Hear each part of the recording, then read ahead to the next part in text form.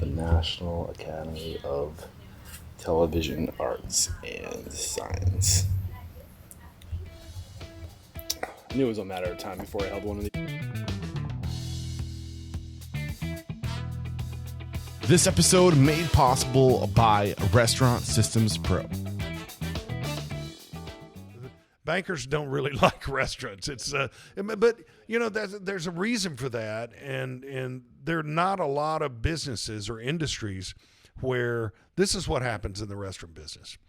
Harry cooks a good steak in his backyard, and all his buddies say, "Harry, man, you ought to open up a restaurant. That's the best steak I've ever eaten." And Harry thinks, I do need. Everybody likes my steaks, and so Harry goes out, spends his retirement on opening Harry's Steakhouse.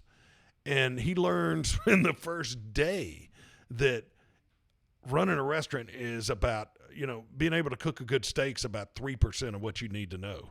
But and he's, well, and he's sitting, bringing out dirty mats at the end of the night because the dishwasher didn't show up on a Friday night when he thought he was going to be sitting out at table 5 basking in the glory of his, customers. It's not like the Food Network, and it's not what he dreamed.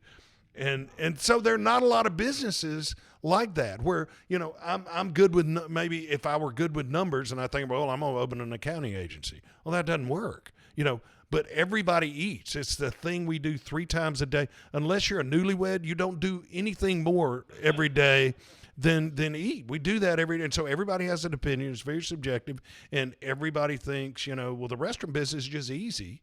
And it's hard. It's the hardest business. There's so many things that can go wrong. And that's why bankers hate restaurants, because it's a relative easy entry business, and the failure rate is just phenomenal. You got to love it. And even with somebody 40 years, it's hard for us. And we think we got a lot figured out. We don't have it all figured out, but for somebody who's never done it and just wants to do, you see people get it. That's why whoever it was on your podcast that said, you want me to talk you into it or you want me to talk you out of it? Well, all the things that you have to learn as a restaurateur, as you're evolving, like you said, this is what happens. People, they know how to cook. I want to open a restaurant. What were the things, because you were at that point one day where you're like, I love food. I love the industry. I want to open a restaurant. This is what I want to do. What were the biggest things that had blindsided you up to this point of you're like, oh, I did not expect that. I'd have to figure this out. What are those challenges? Go through the biggest challenges that you were not expecting, and how did you overcome them? It's a little weird in that it's going to sound weird, but I've just never, these challenges I think maybe I've always assumed, well, that's just the nature of this business. And so nothing ever certainly seemed insurmountable. But I just looked at, man, we got to put out that fire. We got to put out that fire. I've never really had I guess the easy answer is to say, well, government intervention on this, and they keep putting regulations on this. And it's just, that's, if you're going to be in this business, that's what you deal with. So I'm not sure there's a lot of, I would tell you today, the biggest obstacle is labor. It's just brutal right now. I don't know, there was a sea change with COVID. And I don't know what people are doing for money nowadays, but we always in Hattiesburg, we had set up early on in the early days, we want to be the place to work. If you want to work in a restaurant, then we want to be the place in Hattiesburg, Mississippi. You're going to work. So what do we started with that concept, and then we backed up. What do we need to do to be the place? It wasn't always money. It was work environment. So we fired the Skunks.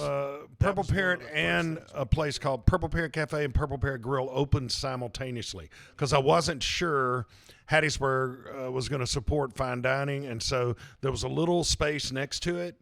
And I did a place that did po' boys and pasta and soups and salads. And we did it out of the same kitchen, which was kind of a novel thing at the time. We did 2 restaurant concepts out of one kitchen. One was fine dining, one was very casual. That was Dean, and I came up with that.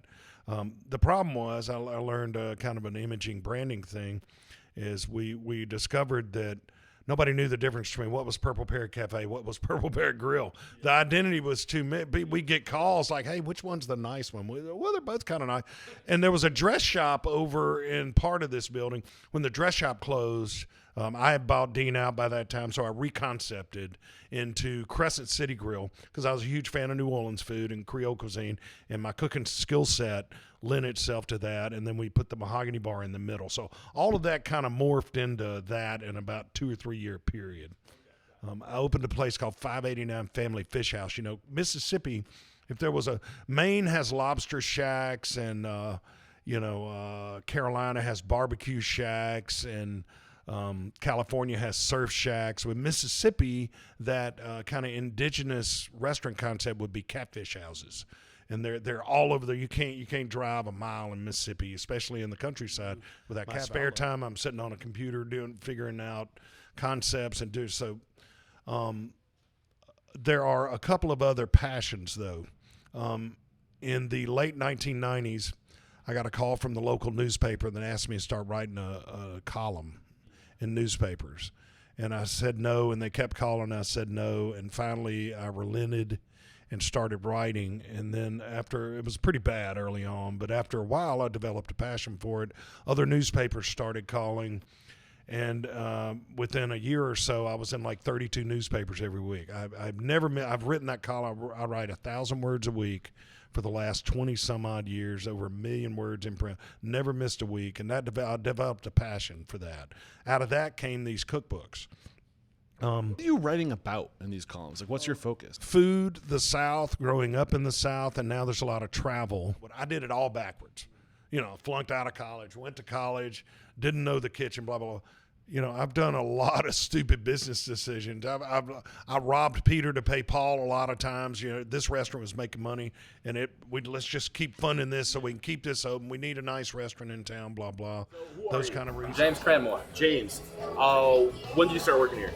August of 2018. Yeah, and what does working at the Midtowner mean to you?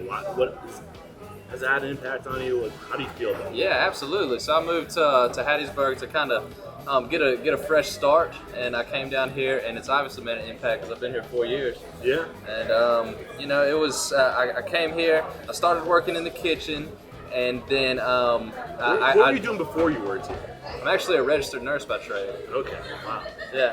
So I came to Hattiesburg to kind of get a fresh start, and started working at the Midtowner. And in the process was looking at just nursing would be something that I would do in the future, but like wasn't really focused on it too much whenever I first started working here. And like I said, I started working in the kitchen. I really learned the menu working back there. Then I've been in restaurants my whole life before I ever got into nursing. And I'm a people person. I like to be around people, so I thought it'd be a lot of fun to be up here working in the front of the house. And then so I did, and I've been working front of house since probably January of 2019. Nice. Has this restaurant had a positive impact on you? Yeah, absolutely. In what way? Oh man. Well, first of all, it pays the bills. Yeah. You know, it's been really great about that. And being right here in the heart of Hattiesburg, it's made a positive impact because I've made a lot of good friends working here. We've got so many regulars that come into this restaurant, and they all know me by name. And there's really probably at any given time, there's probably at least one customer in this restaurant that I know well enough to be able to call outside of work and ask if they want to go play around the golf or something.